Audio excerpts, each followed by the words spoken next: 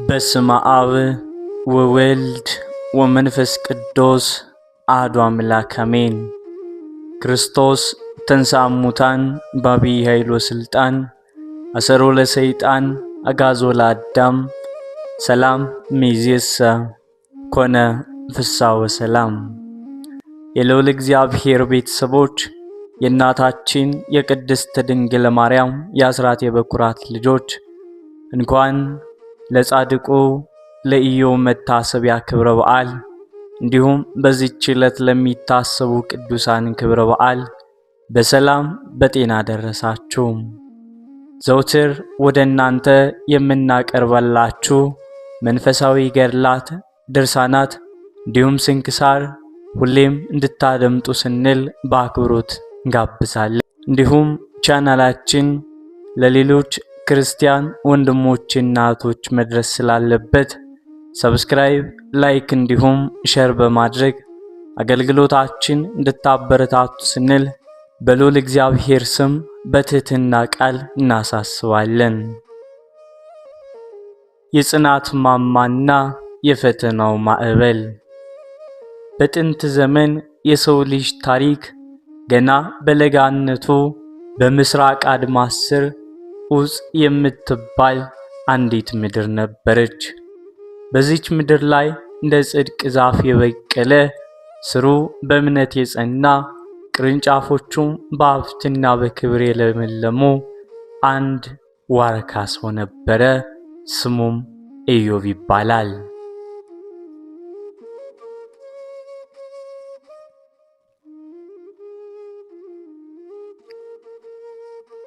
ኢዮብ ለዑፅ ምድር ንጉሥ ባይሆንም ክብሩ ግን ከነገሥታት ይልቅ ይገዝፍ ነበር።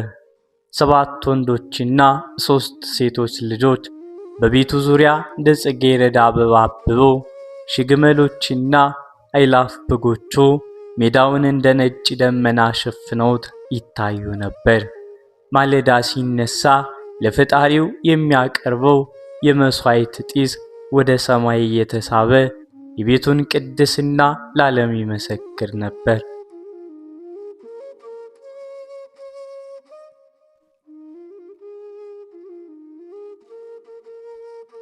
እርሱ ለድሆች አባት፣ ለሳታዎች መሪ፣ ለወደቁት ደግሞ የብርታት ዘንግ ነበረ።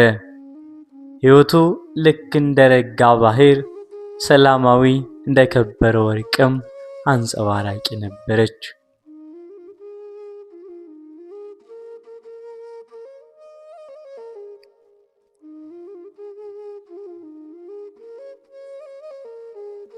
ነገር ግን በማይታየው ሰማያዊ ዓለም ውስጥ በብርሃን መላእክት መካከል አንድ ታላቅ ክስተት ተሰነዘረ። የጨለማው ገዥ ሰይጣን በኢዮብ ቅድስና ላይ ጥርጣሬን ዘራ። ኢዮብ በከንቱ ይፈራሃልን? በሀብት አጥረኸው በበረከት ከልለኸው የለ?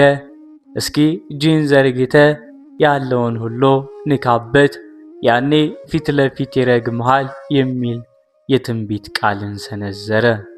እርሱም ዲያብሎስ በትዕቢት ቃል ተናገረ። ፈጣሪም የኢዮብን እምነት በታሪክ መዝገብ ላይ የማይጠፋ አሻራ ሊያደርገው ፈቀደ። የአስፈሪ ቀን ሲመጣ የዑፅ ሰማይ በጭጋግ አልተሸፈነም ነበር።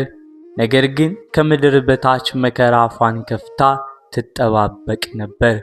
ኢዮብ በቤቱ ደጃፍ ተቀምጦም ሳለ መርዶን ያዘሉ መልእክተኞች ልክ እንደ ክረምት መብረቅ አንዱ በሌላው ላይ እየተከታተሉም መምጣት ጀመሩ።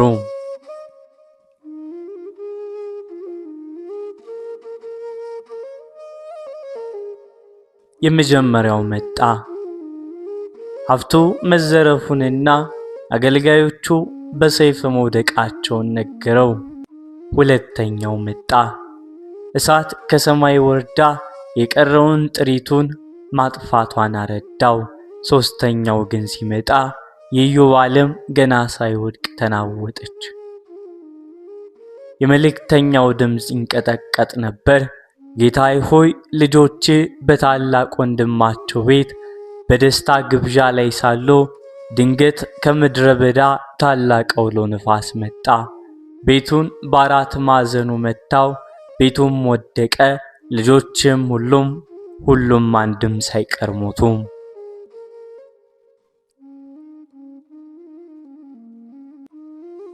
በዚች ቅጽበት ነበር የሰው ልጅ ታሪክ ታላቁን ዝምታ የታዘበው። ኢዮብ ተነሳ፣ ነገር ግን አልረገመም። የከበረውን መጎናጸፊያውን ቀደደ፣ ራሱን ተላጨ፣ በአፈር ላይም ተደፍቶ እንዲህ የሚል የሚመስጥና የሚሰቀጥጥ ቃልን ተናገረ።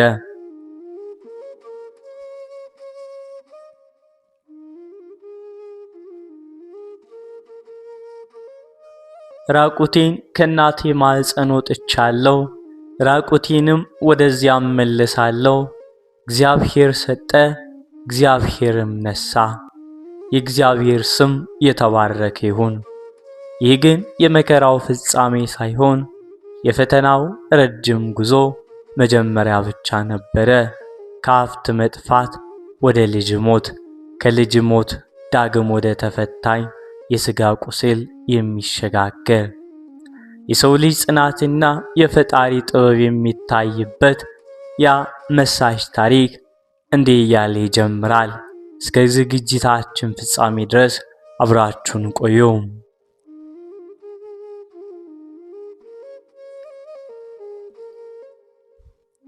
እመን እንጂ አትፍራ።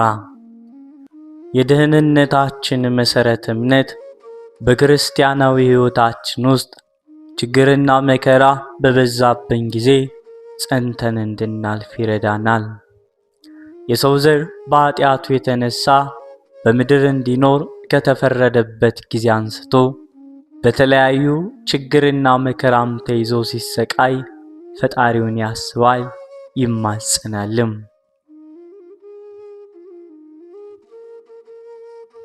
አንዳንድ ጊዜ ፈውስን ሲያገኝ፣ በሌላ ጊዜ ግን ወደማይመለስበት ዓለም በሞት ይለያል። ሆኖም ድኅነተ ሥጋንም ነገር ግንም ድኅነተ ነፍስን ከአምላካችን እናገኝ ዘንድ እምነት ያስፈልጋል።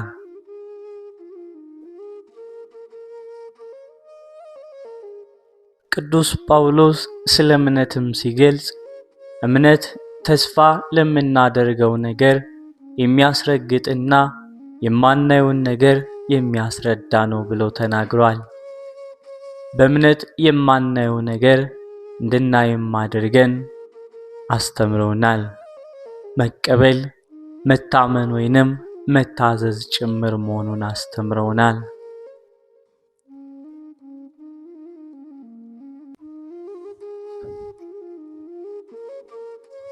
በማርቆስ ወንጌል እንደተጻፈውም ጌታችን መድኃኒታችን ኢየሱስ ክርስቶስን ሰዎች ከምኩራብ ሹም ቤት ወጥተው ልጅህ ሞታለች፣ እንግዲህ መምህርን አታድክመው ሲሉት ጌታችን ለምኩራብ ሹም እመን እንጂ አትፍራ አለው። ከጴጥሮስና ከያዕቆብ ወንድም ከዮሐንስም በቀር የሚከተለው ማንም እንዳይኖር ከከለከለም በኋላ ወደ ምኩራብ ሹም ቤት ገባ። በዚያን ጊዜም ሲታወኩና ሲያለቅሱ እጅጉንም ሲጮሁ አገኛቸው።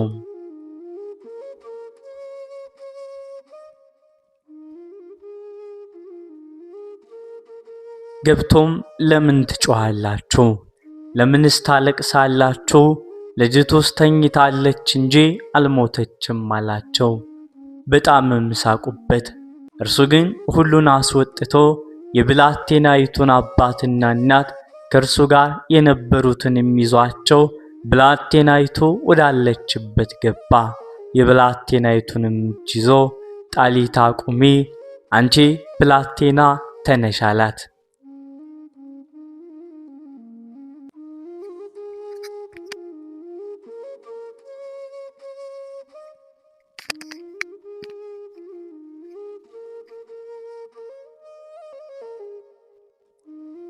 ያን ጊዜም ያች ብላቴና ተነስታ ወዲያና ወዲያ አለች። ዕድሜዋም 12 ዓመት ነበር። የእነርሱም እጅግ ተደነቁ።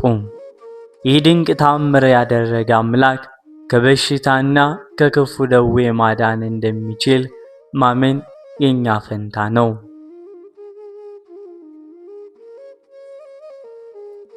የክርስትና ኑሮ የተጋድሎ ሕይወት ነው። ቅዱስ ጳውሎስ ለፊልጵስዩስ ሰዎች ነገር ግን ስለ እርሱ መከራ ልትቀበሉ ነው እንጂ ልታምኑበት ብቻ አይደለም። እንግዲህ እኔ እያንዳንዳችሁ የኔንም ነገር እንደሰማችሁ ምንጊዜም ተጋደሎ በማለት አስረድቷቸዋል።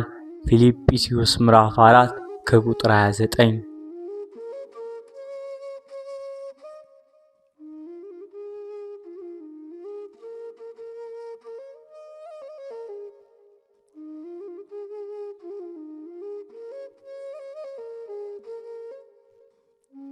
ለዚህም ምሳሌ እንዲሆንን የጻድቁ አባታችን የኢዮብ ታሪክ እንደጀመርነው እናውሳ።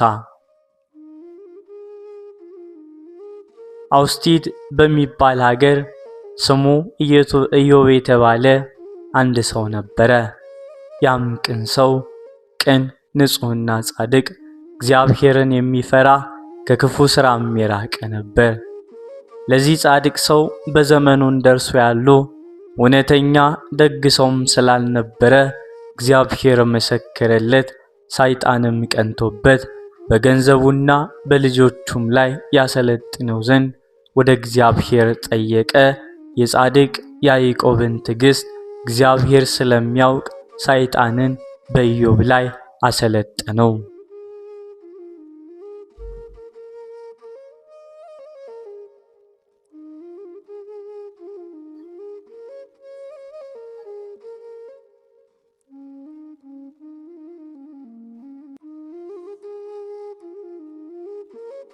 ከዚህ በኋላም በአንዲት ቀን የኢዮብ ገንዘብ ሁሉ ጠፋች። ስጋው በደዌ ስጋ ከራስ ፀጉሩ እስከ እግር ጥፍሩ ድረስም ተመታ። በዚህም በአስጨናቂ ደዌ ውስጥ ኖረ። ደግሞ እግዚአብሔርን አመሰገነ። አንዲት ቃል እንኳ በፈጠረው እግዚአብሔር ላይ አላጉረመረመም። ነገር ግን ረገማ ለዕለት ዘተወልደ ባቲ የተወለደበትን ቀን ረገመ። ኢዮብ ምዕራፍ 3 ከቁጥር 1።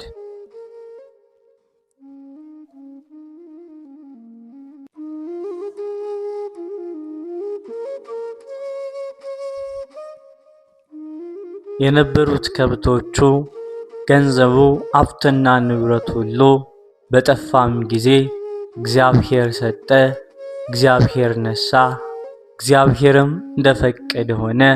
የእግዚአብሔር ስም የተባረከ ይሁን አለ። መጽሐፈ ኢዮብ ምዕራፍ 1 ከቁጥር 21።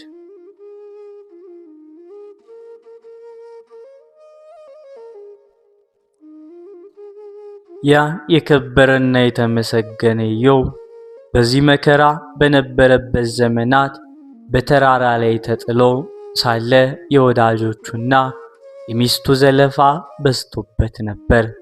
ሚስቱም ልታበረታታው፣ ልትረዳው፣ ልታጽናናውም ሲገባ ከወዳጆቹም ብሳ እንዲህ ብላ መከረችው። እስከ መቼ ድረስ በሞኝነት ትኖራለህ? እንግዲህስ ፈጣሪን ስደበውና ሙት። ዳግመኛ እግዚአብሔርን ደጅ እጸናዋለሁ፣ መከራውንም እታገሳለሁ፣ የቀድሞ ኑሮዬን ተስፋ አደርጋለሁ ትላለህ አለችው።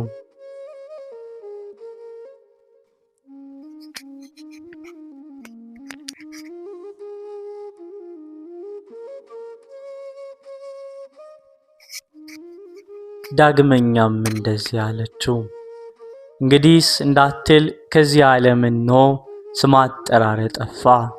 ሴቶች ልጆቼና ወንዶች ልጆቼ ሞቱ። እኔም 9 ወር ሳረግዝ ሳምጥ ስወልድ ላይረቡኝ ላይጠቅሙኝ በከንቱ ደከምኩ። አንተም በመግል ተውጠ በትል ተከበህ ትኖራለህ። ሌሊቱን ሁሉ ስትዛብር ታድራለህ። እኔም እየዞርኩ እቀላውጣለሁ። ከአንዱ አገር ወደ አንዱ አገር፣ ከአንዱ ቤት ወደ አንዱ ቤት ሄዳለሁ። ከድካሜ በእኔ ላይ ከመጣው ከችግሬም አርፍ ዘንድ ከጧት ጀምሮ ፀሐይ እስኪገባም ድረስ እጠብቃለሁ። አሁን ግን እግዚአብሔርን የማይገባ ቃል ተናግረው ሙት አለችው።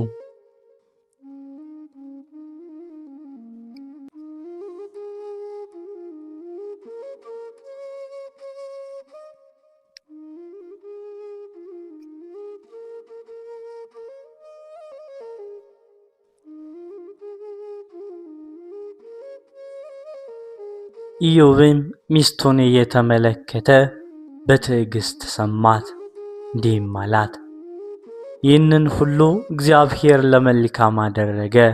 ሥርዓት እንዳልተሰራባቸው አሕዛብ ሴቶች እንዳንዲቱ ተናገርሽ።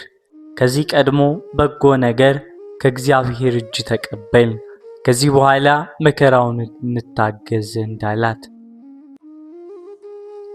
ከዚህ በኋላም ታገሽ ብሎም ገሰጻት።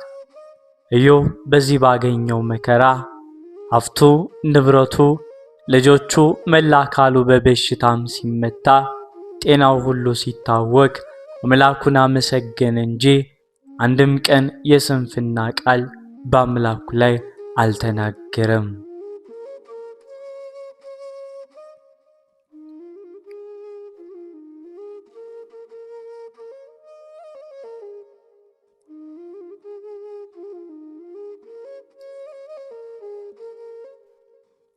ወተፈተነ ወተነጥፈ ከመ ወርቅ በእሳት። ወርቅ በእሳት እንዲፈተን ፈጽሞ ተፈተነ ብሎም መሰከረ። ያለ መከራ ዋጋ ያለ ፈተናም ጸጋ አይገኝምና እግዚአብሔርም በደመና ውስጥ ኢዮብን ተናገረው። ከዚያም በኋላ ከደዌው ሁሉ ፈወሰው፣ ሀብቱንም ሁሉ ባርኮ ከቀድሞ እጥፍ አደረገለት። የተባረኩ ልጆችንም ሌሎች ወንዶችና ሴቶችም ሰጠው።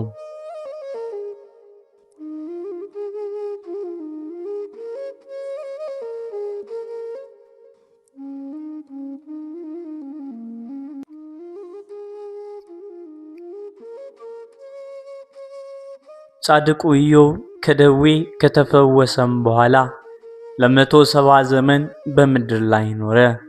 በጠቅላላውም 248 ዓመት በበጎ ሽምግልናም ኑሮ እግዚአብሔርን አገልግሎ በሰላም አረፈ፣ መንግሥተ ሰማያትንም ወረሰ።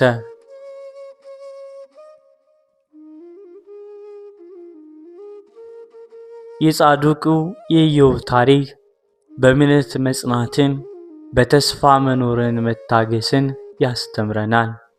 የትኛውም አይነት መከራ ሆነ ችግርን ለማለፍና ጥላትን ለማሸነፍ የሚረዳና እምነት መሆኑን ከእርሱ የተጋድሎ ሕይወት እንረዳለን።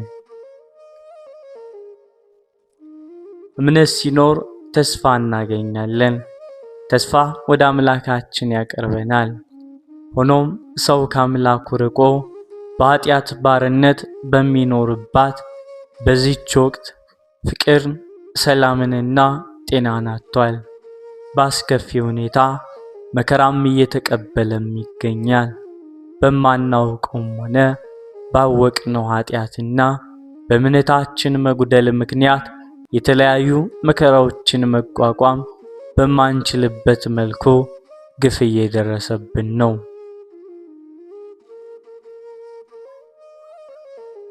የሰዎች ሕይወት እንደ ቅጠል እየረገፈ መሆኑን ስናስብና ስናይም አስከፊ መሆኑን አንክድም። በተለይም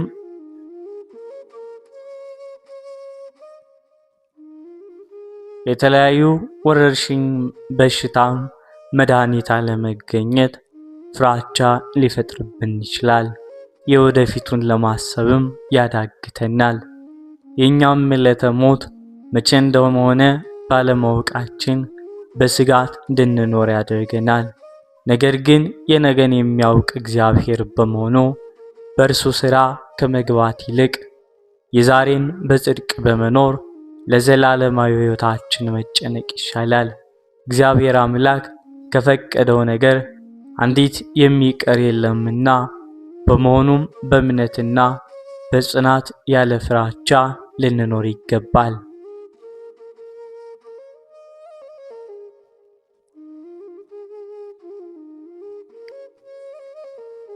መከራም ሁልጊዜ የኃጢአት ውጤት አይደለም። በታሪኩ ውስጥ እንዳደመጥነው የኢዮብ ታሪክ የነበራቸው ትልቅ ስህተት መከራ የሚመጣው በበደል ምክንያት ብቻ ነው ብለው ማመናቸው ነበር። ሆኖም የኢዮብ ታሪክ እንደሚያስተምረን ጻድቅና ቅን የሆኑ ሰዎችም በሕይወታቸው ከባድ የተባለ ፈተና ሊገጥማቸው ይችላል። ሕይወት ሁልጊዜ በሰነጠቅነው ነው የክፉና የደግ ሐሳብ ብቻም አትጓዝም። አንዳንድ መከራዎች ለቅጣት ሳይሆን ለትልቅ ዓላማ ወይንም ለምስክርነት እንደ ኢዮብ ሊመጡም ይችላሉ። ሁለተኛም እውነተኛ እምነት ከጥቅም በላይ ነው። ሰይጣን ለፈጣሪ ያቀረበው ክስ ኢዮብ የሚያመልክ ስለሰጠው ሀብትና ጥበቃ ነው የሚል ነበር። የኢዮብ ጽናት ግን የሚከተለውን አረጋግጦለታል። እውነተኛ ፍቅርና አምልኮ በበረከት ላይ ብቻ የተመሰረተ አይደለም። ሁሉ ነገር ሲጠፋ እንኳ ፈጣሪውን አሁንም ፈጣሪ ነው ብሎ መቀበል የእምነት ጥግ ነው። ለጥቅም ብሎ መታመን ንግድም ሲሆን ያለምንም ቅድመ ሁኔታ መታመንና ማመን ግን የፍቅር ጥግ ማሳያ ነው። ለዚህም ነው ከኢዮብ የምንማረው።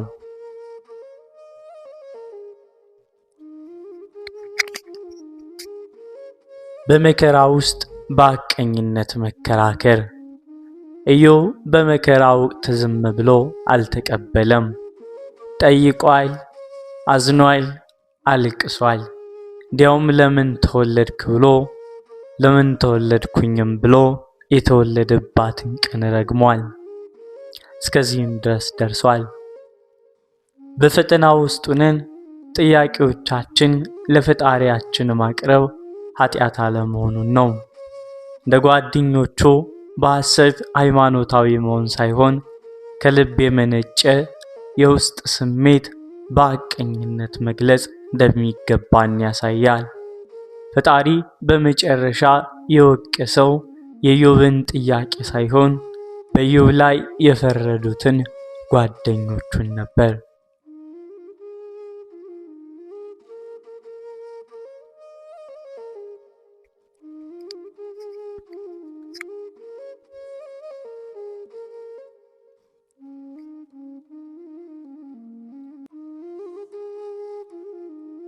በመጨረሻም ፈጣሪ ለኢዮብ የሰጠው ምላሽ ጥያቄዎቹን በቀጥታ መመለስ ሳይሆን የእርሱን ታላቅነት ማሳየት ነበር። ዓለምን የሚያስተዳድረው ጥበብ ከሰው ልጅ አእምሮ በላይ መሆኑን መገንዘብ። እኛ የምናየው የሕይወትን ጥቂት ገጽታዎች ብቻ ሲሆን ፈጣሪ ግን አጠቃላይ ስዕሉን ያያል። ለምን ለሚለው ጥያቄያችን መልስ ባናገኝ እንኳ ታላቅ ጥበብ ያለውን አምላክ አምነን መቀበል የሰላም ብቸኛ መንገዳችን አማራጫችን ነው። የጽናትና የተስፋ ፍሬ። ኢዮብ ሁሉንም ነገር አጥቶ በአመድ ላይ ወድቆም ሳለ እንኳ ተስፋ አልቆረጠም ነበር። የትዕግስት ዋጋ በኢዮብ ላይ አንጸባረቀች፣ ደምቃ ታየች። መከራ ጊዜያዊ መሆኑንና ከጨለማው በኋላ ንጋት እንደሚመጣ ታሪኩን በተግባር ተመልክተናል። ሌላም እጥፍ ድርብ በረከት ይዞለት መጣ። በታሪኩ መጨረሻ ላይ እንደሰማነው ኢዮብ ያገኘው ካሳ እግዚአብሔር ታማኞቹን ፈጽሞም እንደማይረሳ ማረጋገጫ ነው። መከራ ቢኖርም ፍጻሜው ግን ያምራል በሚል ታላቅ ብስራት ኢዮብ የትናንቱ ከትናንቱም በላይ ደግሞ በብዙ እጥፍ ቤቱን በበረከት በሀብት ዳግም መላለት። ከጻድቁ ከኢዮብ ረድኤቱን በረከቱን ያሳትፈን። እኛም እምነታችን ልክ እንደ ኢዮብ የጸና በዓለት ላይ የተመሰረተ ዝናብም መጣ ማዕበሉም መጣ ወጀቡም መጣ የማያነቃንቀው ቤታችንንም በዓለት ላይ የሰራን ብርቱ ኃያል ሰው እንድንሆን ልዑል እግዚአብሔር ሁላችንንም ያበርታን።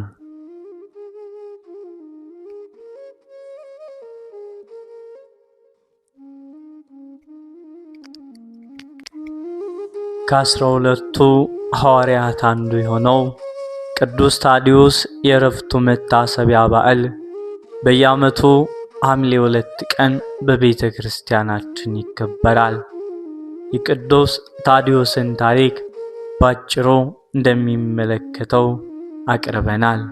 እነሆ አዳምጡን።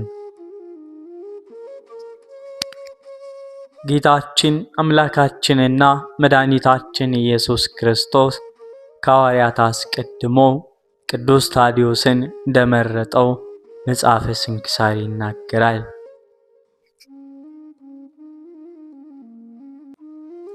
ቅዱስ ታዲዮስ አባቱ እልፍዮስ ይባላል።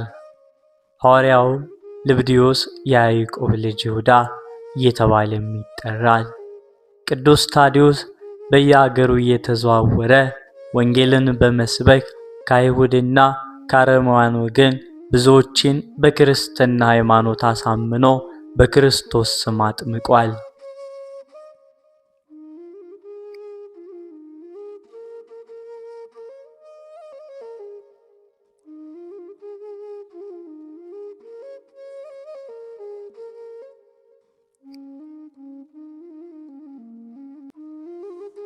አንድ ቀን ወደ ሀገረ ስብከቱ ወደ ሶርያ ለስብከተ ወንጌል አገልግሎትም ሲሄድ ጌታችን አምላካችንና መድኃኒታችን ኢየሱስ ክርስቶስ በጎልማሳ አምሳልም ተገልጾ ወዳጄ ታዲዮስ ሆይ እኔ ካንተ ጋር ነኝና አትፍራ በማለት ሰላምታ ሰጥቶት ወደ ሰማይ በክብር አረገ።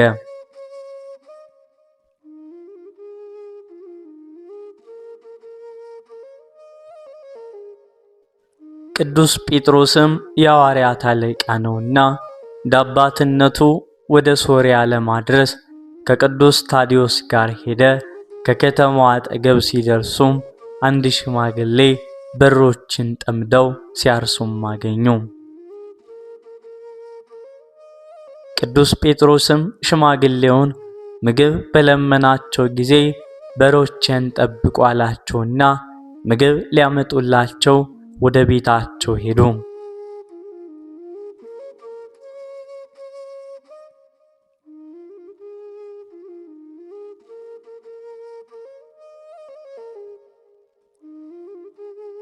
ሽማግሌው እስኪመለሱ ድረስም ቅዱስ ጴጥሮስ በሬዎቹን ጠምዶ 30 ትልም አረሰ። ቅዱስ ታዲዮስም በዚያ የነበረውን የስንዴ ዘር መዝራት ጀመረ። የተዘራው ዘርም ወዲያውኑ በቅሎ አድጎ እሸት ሆነ። ሽማግሌውም ምግብ ይዘው ከቤታቸው ሲመለሱም ቅዱሳን ሐዋርያት ያደረጉትን ታምር አይተው ደነገጡ። ከእግራቸው ስር ወድቀውም ለሐዋርያት ሰገዱላቸው። በኋላም እናንተ ከሰማይ የወረዳችሁ አማልክት ናችሁ አሏቸው። እነርሱም እኛ የእግዚአብሔር ባሮች እንጂ አማልክት አይደለንም አሉ።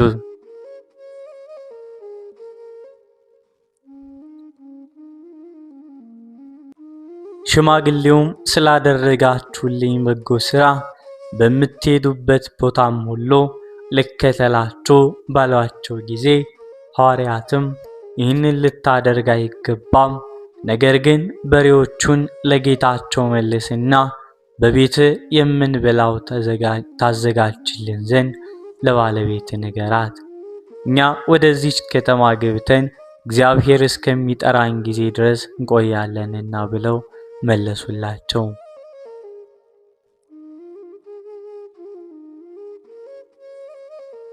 ሽማግሌውም የስንዴውን እሸት ይዘው በሬዎቹን እየነዱ ወደ ከተማም ሲሄዱ ወቅቱ የእርሻ እንጂ የእሸት ጊዜ አልነበረምና እሸትም ይዘው በመመልከታቸው የከተማው ሰዎችም ተገረሙ። ሽማግሌውም ይህንን እሸት ከወዴት አገኘው ብለው ጠየቋቸው። እርሳቸው ግን ምላሽ አልሰጧቸውም ነበር። ሽማግሌው ሐዋርያት እንዳዘዟቸው በሬዎቹን ለጌታቸው መልሰው ቤታቸውን አሰናድተው ራት እንድታዘጋጅላቸው ለሚስታቸውም ነገሩ።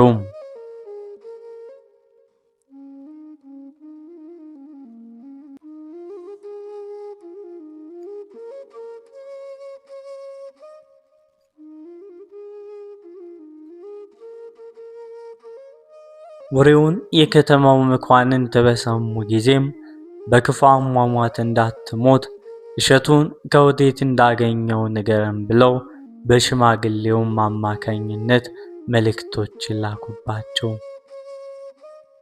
ሽማግሌውም ሕይወት ከኔ ጋራም ሳለ ሞትን አልፈራም አሉ። ከዚያም ሐዋርያት ያደረጉትን ሁሉ ነገሯቸው። መኳንንቱም ሐዋርያቱን አምጣቸው አሏቸው። ሽማግሌዎቹም ወደ እርሳቸው ቤት ሲመጡ ማግኘት እንደሚችሉም ነገሯቸው።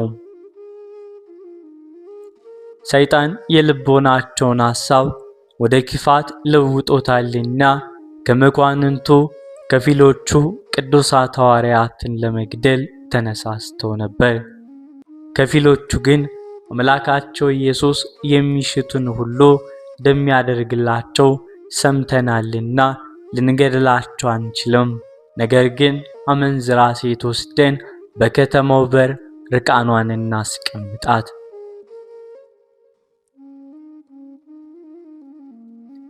እርሷንም ሲያዩ ወደ ከተማችን አይገቡም አሉ። ይህንን ማለታቸውም ቅዱሳት ሐዋርያት ንጹሐን እንደመሆናቸው በዓይናቸው የሴት ልጅን ርቃን እንደማይመለከቱም መመስከራቸው ነበር። በንጽህናቸውም አምነው ነበርና።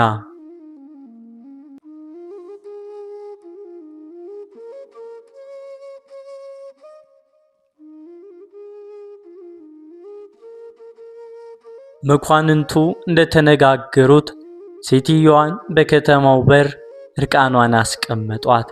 ሐዋርያው ታዲዮስ ባያትም ጊዜ ጌታ ኢየሱስ ክርስቶስ ሆይ ወደ ከተማው ገብተን በከበረ ስምን ሰብክ ዘንድ ይችን ሴት በአየር ላይ ይሰቅላትም ዘንድ የመላእክት አለቃ ቅዱስ ሚካኤል ላክልን ብሎም ጸለየ። ጌታችንም ጸሎቱን ተቀበለውና ሴትዮዋ አየር ላይ ተሰቀለች። በዚህ ጊዜ የከተማው ሰዎችና መኳንንት ሁሉ እያዩአት አቤቱ ፍረድልኝ እያለች ትጮህ ጀመር። መኳንንቱ ግን ሰይጣን ልቦናቸውን አጽንቶታልና የሐዋርያትን ትምህርት አልተቀበሉም።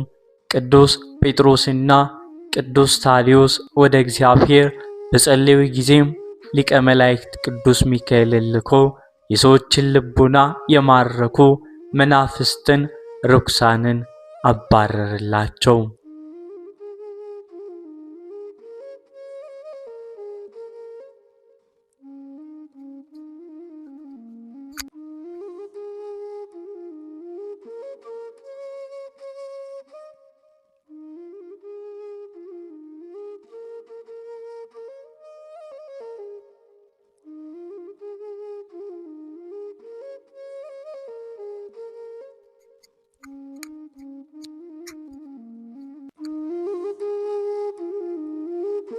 ሰዎቹም የሐዋርያትን ትምህርት ተቀብለው በጌታችን በመድኃኒታችን በኢየሱስ ክርስቶስ አመኑ።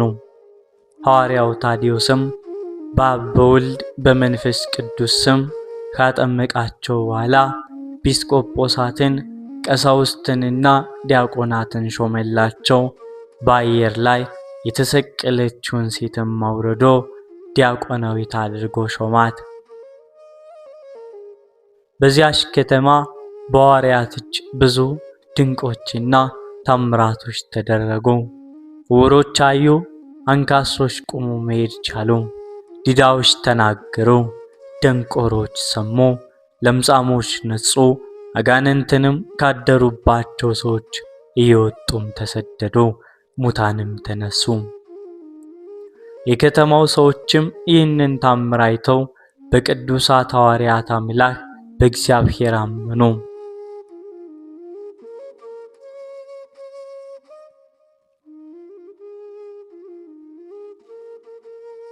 አንድ ሰይጣን ያደረበትና ገንዘብ የሚወድ ጎልማሳ ባለጸጋም ወደ ሐዋርያው ታዲዮስ መጥቶ ሰገደለትና የእግዚአብሔር አገልጋይ ሆይ ድን ዘንድ ምን ላድርግልህ ሲል ጠየቀው።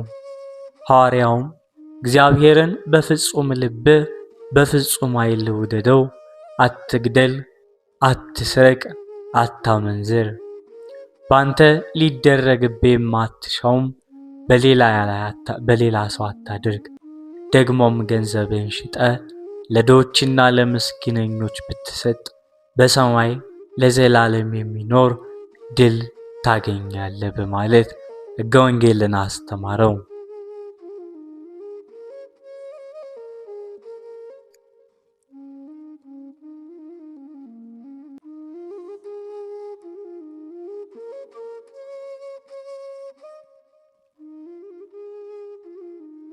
ጎልማሳውም ትምህርቱን በሰማ ጊዜ ተቆጥቶ ሐዋርያውን አነቀው።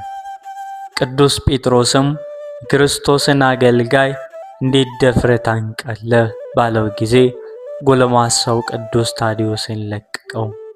የእግዚአብሔር ኃይል ባይረዳው ኖሮ ሐዋርያው ከመታነቁ ጽናት የተነሳ ዓይኖቹ ሊወጡ ደርሰው ነበር።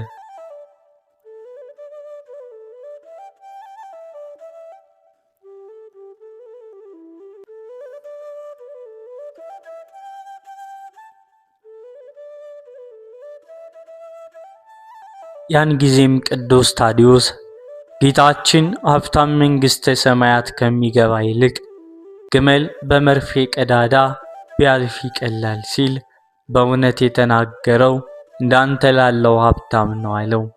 ጎልማሳውም ይህ ሊሆን አይችልም ባለው ጊዜ ሐዋርያው ታዲዮስ በመንገድ ሲያልፍ ያገኘውን ባለ ግመል አስቆሞ መርፌም ገዝቶ ሊያሳየው ወደደ።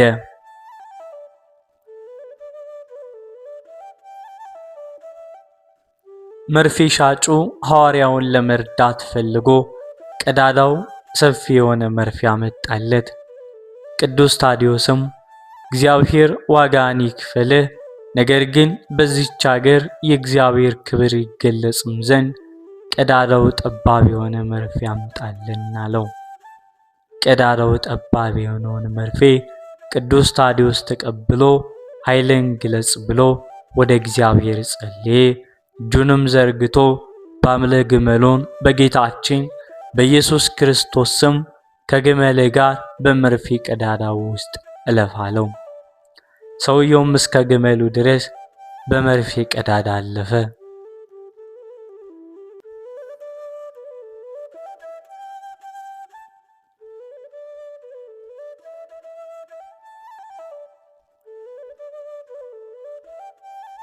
ዳግመኛም ሕዝቡ የፈጣሪያችንን የክርስቶስን ኃይል ይረዱ ዘንድ ዳግመኛ ገብተህ እለፍ አለው። ሰውየውም እንደታዘዘው 3 ጊዜ በመርፌ ቀዳዳ ላይ አለፈ። ሕዝቡም ይህንን ታምር አይተው ድምፃቸውን ከፍ አድርገው ከቅዱሳት ሐዋርያት አምላክ ከሕያው እግዚአብሔር ልጅ ከኢየሱስ በቀር ሌላ አምላክ የለም እያሉ ተናገሩ። በእልልታ ድብልቅልቁን እያወጡ ስለ ክርስቶስ መሰከሩ።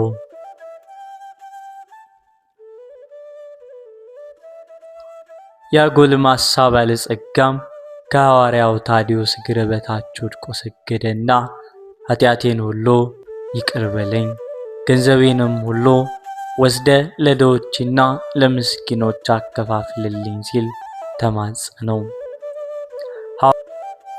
ቅዱስ ታዲዮስ በየሀገሩ እየተዘዋወረ ወንጌልን ሲሰብክም ቆይቶ ከአይሁድና ከአረማውያን ዘንድ ብዙ መከራ ከደረሰበት በኋላ አገልግሎቱን ፈጽሞ ሐምሌ 2 ቀን በሰማዕትነት አርፏል። በንጉሥ ቆስጠንጢኖስ ዘመንም ሐምሌ 29 ቀን የከበረ አጽሙ ከሶርያ ፈልሶ በቁስጥንጥንያ ከተማ በስሙ በታነጸች ቤተክርስቲያን ውስጥ በክብር እንዲቀመጥ ተደርጓል። ከአጽሙም ብዙ ድንቅ ታምራት ተገልጠዋል። ሁላችንም የሐዋርያው ጸሎት ይጠብቀን፣ በረከቱም ትድረሰን። አሜን።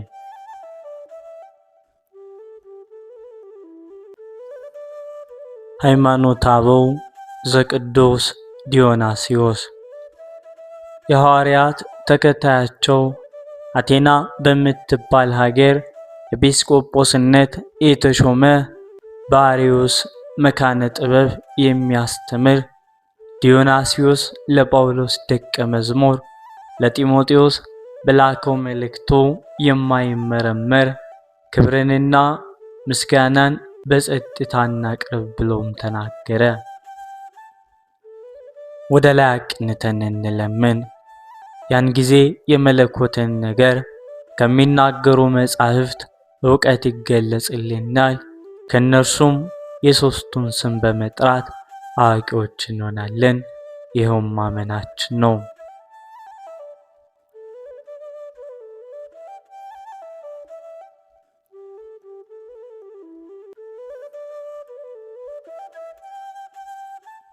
ለመላእክት ሁሉ ዕውቀት ከእነርሱ የሚገኝባቸው ሥላሴን እናመሰግናቸው። ከመጻሕፍትም እንደ መላእክት ዕውቀትን በእኛ ላይ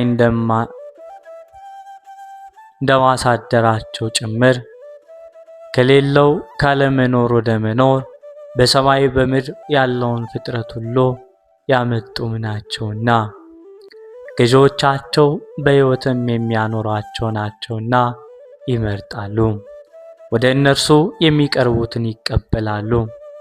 ለሁሉ ይቅር ባዮች ናቸውና ከመልክዓ ንጹሕ በተለየ ጊዜ ብልየተ ኃጢአት ያገኘውን ያድሳሉ። ለድኩማን ጽን ለጽኑዓን ኃይል ናቸው። ወደ እነርሱ የሚቀርቡትን የሚመሩ ናቸው።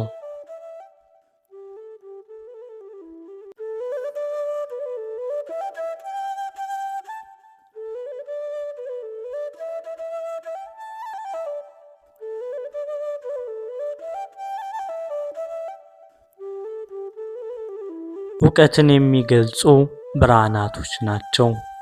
የምእመን ከእግዚአብሔር ማዶ ፍጹም በሚሆን ገንዘብ ፍጹም የሚያደርጉት እነርሱ ናቸው። ሄራን መላእክትን ሁሉ የሚሾሙ ናቸው። ለሚገባቸው ረቂቅ ጸጋን የሚሰጡ ናቸው። የሕያዋን ሕይወት ናቸው ከማለት ቃላችንን አንወስንም። ሁሉን የፈጠሩ ቅድመ ዓለም የነበሩ ፍጥረትን ሁሉ ፈጥረው የሚገዙ ናቸው።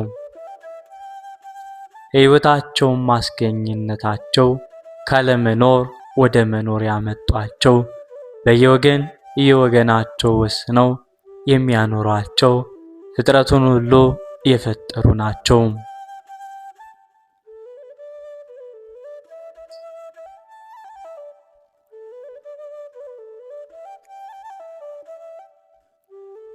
የመለኮትን ነገር ከሚናገሩ መጻሕፍት ይህንን ተምረናል። ዳግመኛ የሚያመሰግኑ ምዕመናንን በመለኮት አነጋገር እርሱ አምላክ እንዲባል አማልክት ሲባሉ አገኘናቸው። እናንተ ሁላችሁም የልዑል ልጆች ናችሁ ብሎ እንደተጻፈ አምላክ መባል ለሥላሴ ባሕሪ የሚገባው እንደመሆኑ ስለዚህ በመለኮት የሚናገሩ እነዚህን ሦስቱን አካላት ያመሰግናሉ። የማይመረመር የማይለይ አንድነታቸውን እየተናገሩ እነርሱን ብቻ ያገለግላሉ። ከፍጡራን ሁሉ በላይ ልዑልም ነው፣ አንድ ኃይል ናቸውና።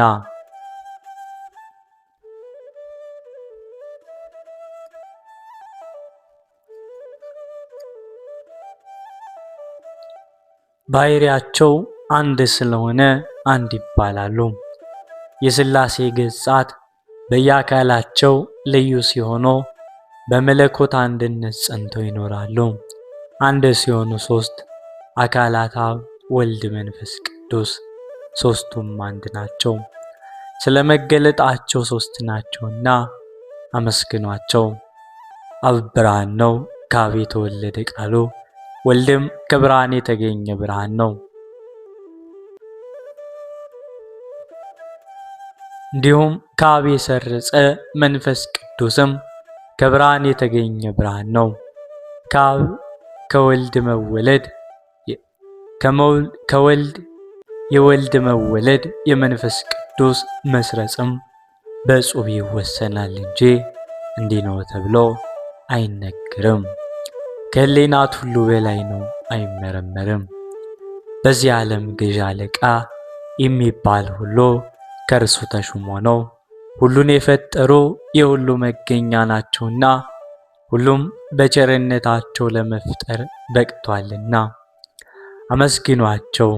የባሕሪ አዋቂዎች የባሕሪ ደጎች ናቸውና ሰዎች ሁሉ አምነው ኃጢአት የሌለባቸው ፍጹማን በሆኑም ጊዜ ደጋጉ ካህናት እንዳዩ ሰውን እንደ መውደዳቸው መጠን በባሕሪያቸው ያያቸዋል። ከአካሎቻቸው በአንዱ አካል በእውነት ተዛምደውናልና በሰው ማደርን መረጡ። በአብ በመንፈስ ቅዱስ ፈቃድ ወልድ ዋሕድ ኢየሱስ ክርስቶስ ሰው ለመሆን በቃ። በንጽሕት ድንግል ማርያም ማኅፀን ላይ አደረ። ድንቅ በሆነ ምስጢር ከእርሷ ተወለደ። ጥንት የሌለው ዘላለም የሚኖር እርሱ ከማዕረጋት ሁሉ በላይ ከፍጡራንም ሁሉ በላይ በሚሆን ተዋህዶ የእኛም ባሕሪ ነስቶ ዘመን ተቆጠረለት። ያለመለወጥ ያለመቀላቀል በእውነት ሰው ሆነ። በባሕሪ መለኮቱም ጸጽ የለበትም። በሦስቱም ያመንበት እኛን በአምላክነቱ በሠራው ሥራ እንድናውቀው አደረገን። አምላክ ከሾማቸው ከመምህራን ይህንን ረቂቅ ትምህርት ተምረናል፣ እርሱን አስተማሩን። ይህም ትምህርታችን ለማያምኑ የተሰወረ ነው፣ ለምዕመናን ግን የተገለጸ ነው። ጻድቃን ያውቁታል፣ ኃጥአን ግን አያውቁትም። እኛስ ይህንን ትምህርት ተምረናል። ካህናት ተብለን እንደ መጠራታችን በማዕረገ ክህነት እንደ አእምሮአችን መጠን ተገለጸልን ብለው በሃይማኖተ አበው መጽሐፋቸው አስፍረዋል። ወስብሐት ለእግዚአብሔር ወለወላዲቱ ድንግል ወለመስቀሉ ክብር። በዚህ ቆየን። እንበል አባታችን ሆይ ብለን በጸሎት እንዝጋ።